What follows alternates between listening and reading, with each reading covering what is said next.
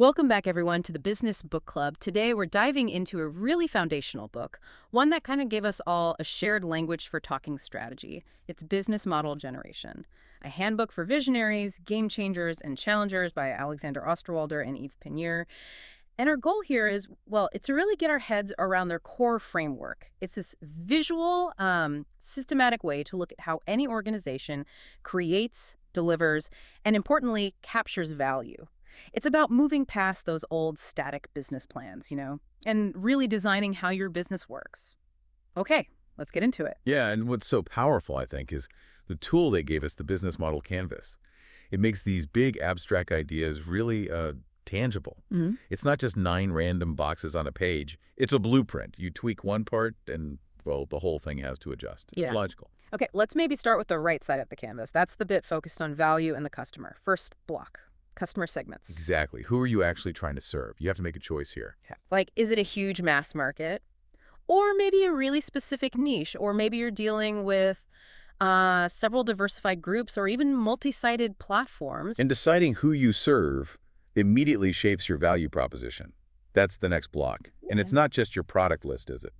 No, not at all. It's the bundle of things that makes you different that solves a real problem for those customers you just defined. We often think about, better performance or cooler design, but sometimes the real breakthrough is something like newness itself or accessibility or even just making things easier. Right. Think about the first iPod and iTunes. The genius wasn't just the little white box. It was how incredibly easy they made it to find, buy, and listen to music.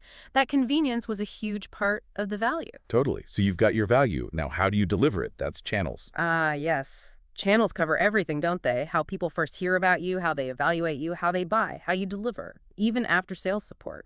And finding the right mix is crucial. Are you going direct? Using partners? Own channels cost more, but you control them. Partner channels, well, they extend your reach, but maybe squeeze your margins. It's a trade-off. Then you've got customer relationships. What kind of connection are you building? Is it personal?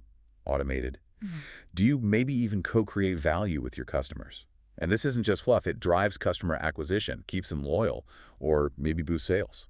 And all of that, the value, the channels, the relationships, it all leads to, well, the money bit, revenue streams. Yep, how the cash actually comes in. And you need to differentiate, right? Is it a one-off payment like selling an asset? That's the transaction revenue. Or is it ongoing, like a subscription fee for a gym or Netflix? That's recurring revenue. And there are other ways too. Usage fees, like paying for cloud storage, licensing your IP, or even like renting or leasing things, think Zipcar. And don't forget pricing. Is it a fixed menu or is it dynamic, changing based on demand or inventory, like airline tickets? Lots of options there. Okay, so that's pretty much the right side, creating and capturing value for the customer. Now, let's look left. The infrastructure side. The efficiency engine, if you like. Right, and there's always that tension, isn't there, between maximizing value on the right and keeping costs down on the left. Absolutely. So the foundation over here starts with key resources. What assets do you absolutely need to make this model work? Could be physical stuff, factories, machines, or intellectual things like patents or a strong brand, think Nike's swoosh. Or maybe it's human talent, specialized skills. Or just plain financial resources, like cash or credit lines. And those resources enable the key activities. These are the most critical things the company has to do. Yeah, what are you actually doing day to day? If you're Dell, it's supply chain management production. If you're McKinsey, it's problem solving. Yeah. If you're, say, eBay, it's managing that platform and network. And often you don't do everything yourself. That's where key partnerships come in. Exactly. You partner up for basically 2 reasons. One is optimization and economy of scale, maybe outsourcing non-core stuff. Or the other is to get access to particular resources or activities you don't have yourself, like licensing technology or getting access to a specific market through a local partner. And all of that, the resources, activities, partnerships, drives the cost structure, the final block. This is where you see that big strategic choice again. Are you fundamentally cost-driven, like a budget airline, laser-focused on cutting every possible expense? Or are you value-driven? Yeah. Like a luxury hotel where creating a premium experience is paramount and cost is, well, less of a primary concern. Your whole model has to align with one or the other. It's really cool when you see it all together, like going back to the iPod example. Its success wasn't just the device, it was the whole integrated model. Definitely. Those key partnerships with record labels were absolutely critical. They protected the value proposition and the revenue stream and made the whole thing work seamlessly for the user. You needed all 9 blocks working together. That holistic view, seeing the whole system, that's the power of the canvas. Okay, so we've got the 9 blocks. But the book also talks about recurring patterns, right?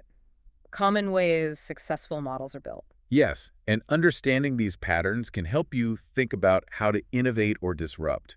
One big one is the multi-sided platform, or MSP. Ah, okay. So that's where you connect two or more distinct but interdependent groups of customers. Exactly. Think newspapers connecting readers and advertisers, or credit cards connecting cardholders and merchants.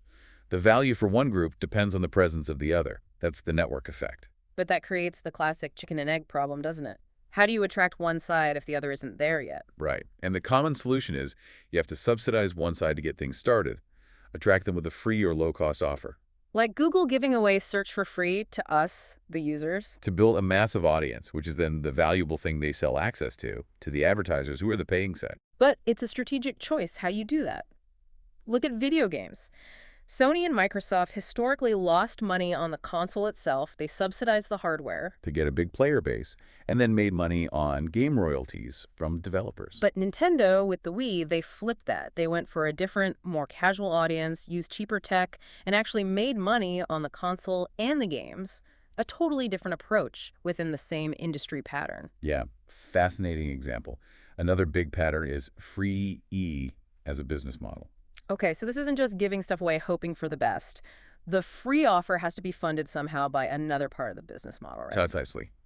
The most common way we see this now is probably freemium. Right, like Spotify or Dropbox. You get a basic version for free, which attracts a ton of users. And then a small percentage of those users, often maybe less than 10%, upgrade to a paid premium version with more features or capacity.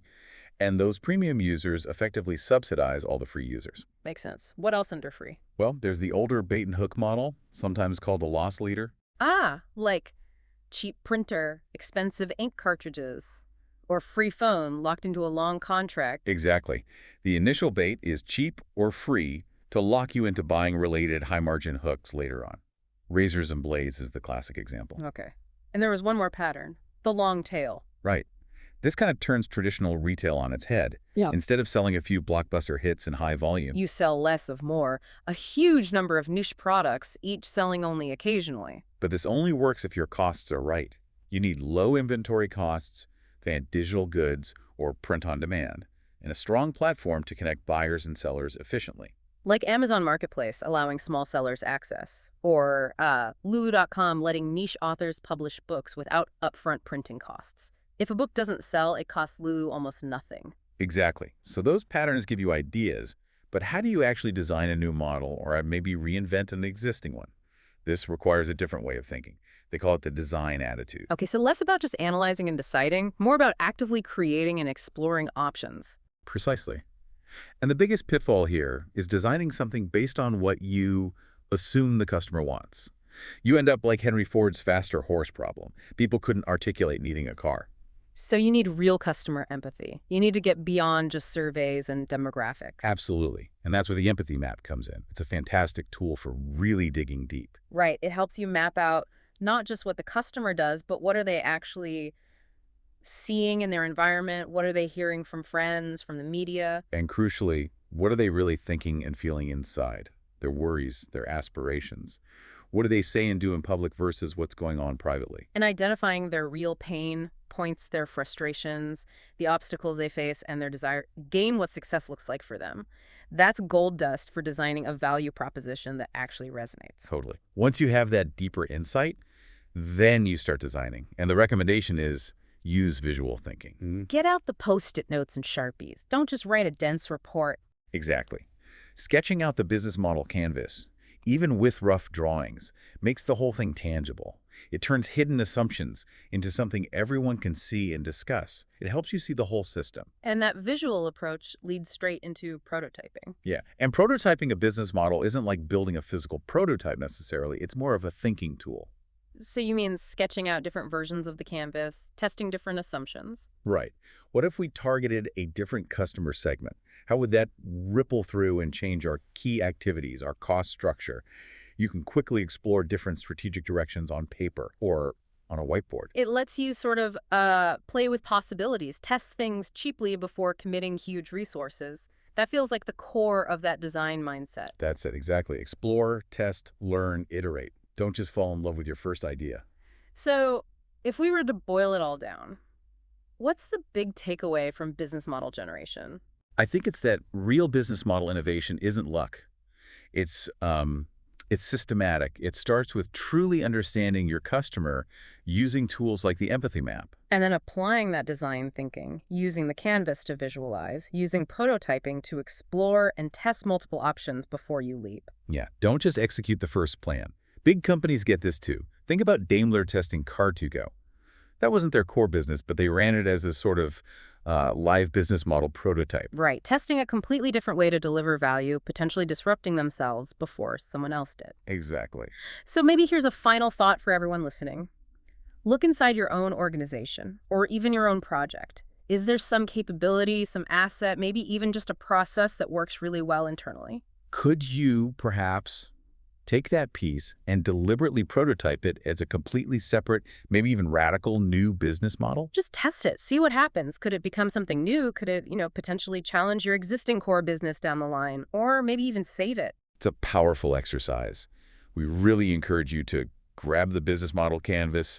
You can find templates easily online and start mapping out your own challenges and ideas. Well, that's all we have time for on this deep dive. We really hope that was useful. Yeah, thanks for tuning in. And if you enjoyed this, please do subscribe to the Business Book Club so you don't miss our future explorations. We'll catch you next time. Now, that's a wrap for this episode of the Business Book Club. If you enjoyed the ride, make sure to subscribe so you'll never miss our next deep dive. Got a favorite business book you'd love us to explore? Let us know. We're always up for a good read.